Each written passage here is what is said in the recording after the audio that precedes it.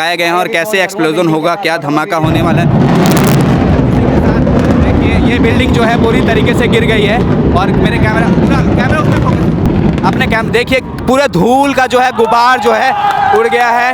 और ये बिल्डिंग लोग दर्शकों को दिखाओ, थोड़ा शोर भी दिखाओ।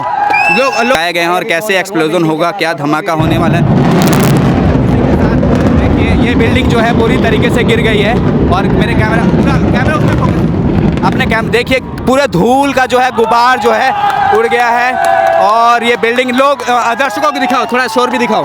लोग